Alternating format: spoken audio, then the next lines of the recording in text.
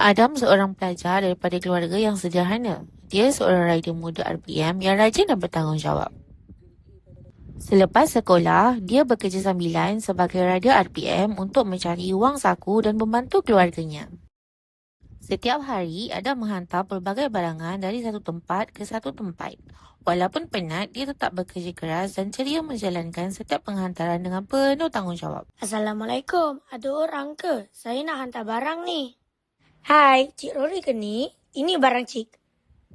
Alhamdulillah, terima kasih ya. Rasa haus lah pula. Singgah kedai lah beli air. Itu kan Adam. Balik sekolah, terus bekerja. Yelah, hari-hari memang tu je jadual dia. Apa yang hebat sangat? Jadi rider je pun.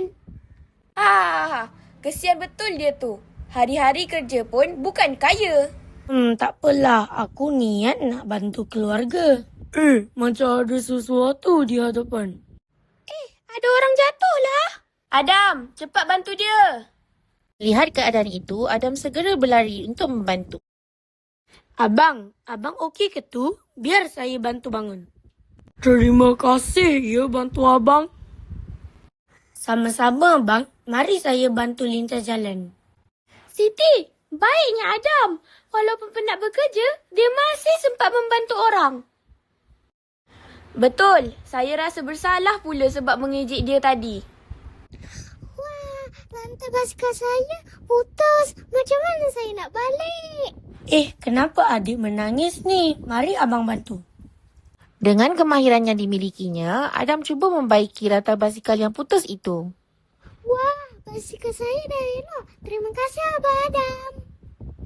Walaupun sibuk bekerja, Adam tetap meluangkan masa untuk mengulang kaji pelajaran sebagai persediaan menghadapi SPM. Selepas seharian bekerja, Adam mula berasa penat. Langit pula semakin mendung, menandakan hujan bakal turun.